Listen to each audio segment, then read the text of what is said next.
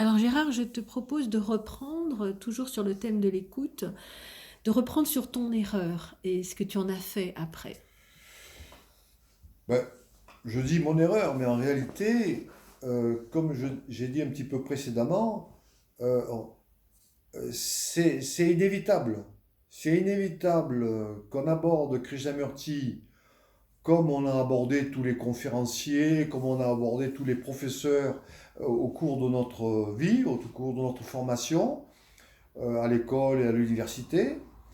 Euh, et réaliser que Krishnamurti ne parle pas pour, euh, pour nous conférer du savoir qui devrait être mémorisé et qui devrait venir recouvrir ma personnalité et, et me rééduquer, en quelque sorte, me permettre de fonctionner à partir de notre paradigme. Il ne parle pas du tout de cette façon-là.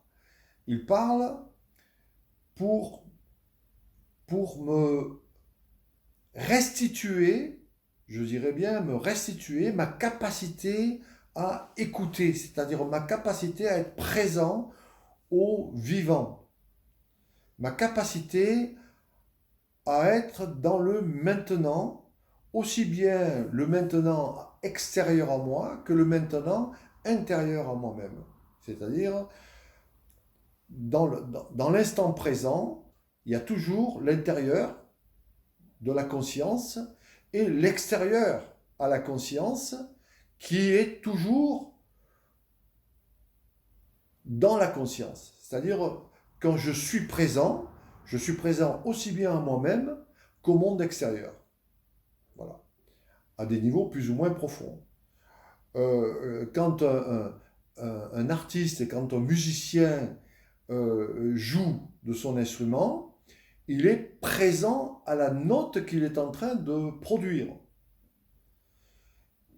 Que ce soit en termes de son, s'il fait la note comme au violon ou comme dans les instruments à cordes, ou que ce soit au niveau du rythme, au niveau de comment il produit la note avec les instruments qui produisent, comme le piano par exemple, c'est le piano, c'est la touche, frapper la touche qui produit la note.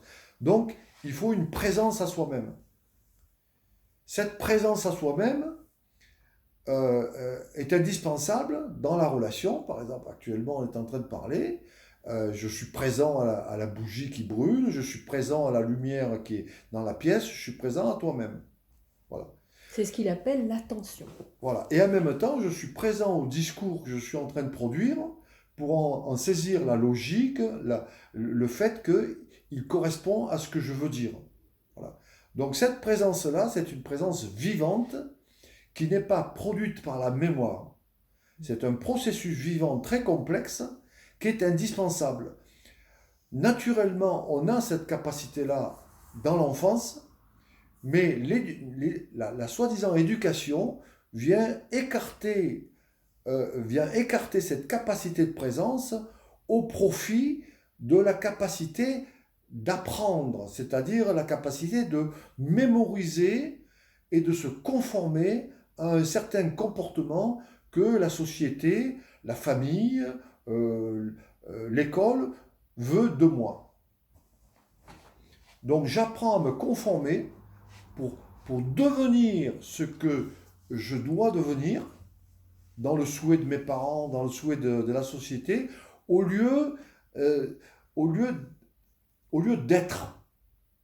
Voilà. La fleur qui est la graine a germé, la plante a poussé, la fleur, elle n'est pas ce que le jardinier veut qu'elle devienne, elle est ce que la nature a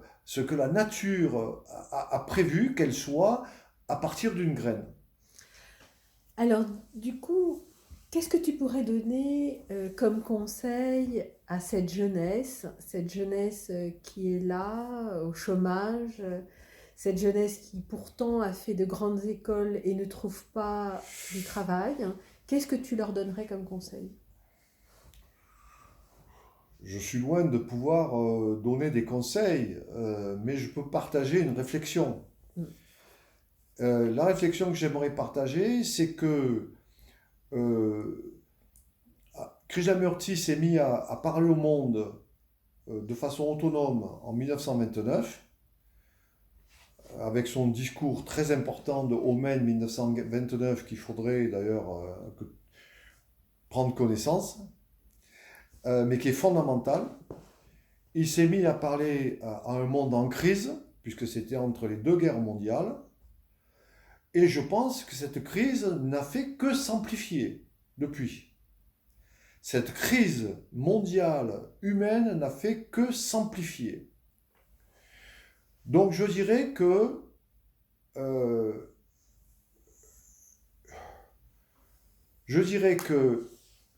la société humaine,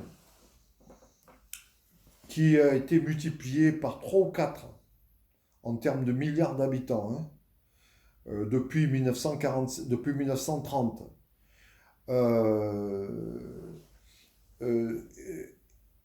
vit sur un monde qui en fait fonctionne de façon contradictoire. C'est-à-dire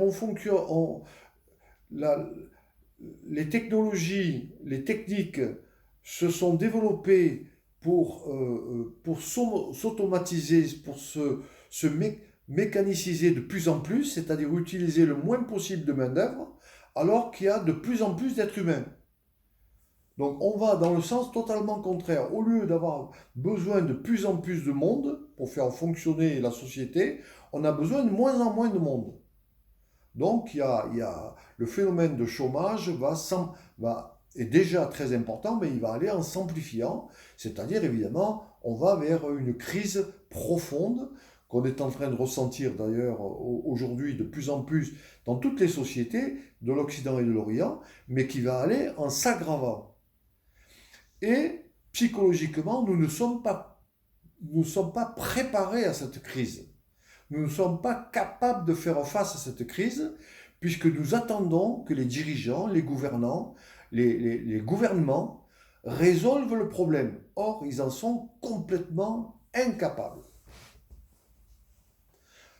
D'où l'importance que l'individu, que chacun est, toi et moi, nous comprenions la gravité de la situation et nous mettions à la hauteur de la difficulté du problème. Voilà. C'est-à-dire il y a vraiment une prise de conscience à faire chez chacun de nous, autant que plus nombreux nous serons et mieux ça vaudra, mais c'est indispensable. Il y a aucun gouvernement, aucun ingénieur, aucun chef religieux ne va résoudre cette crise.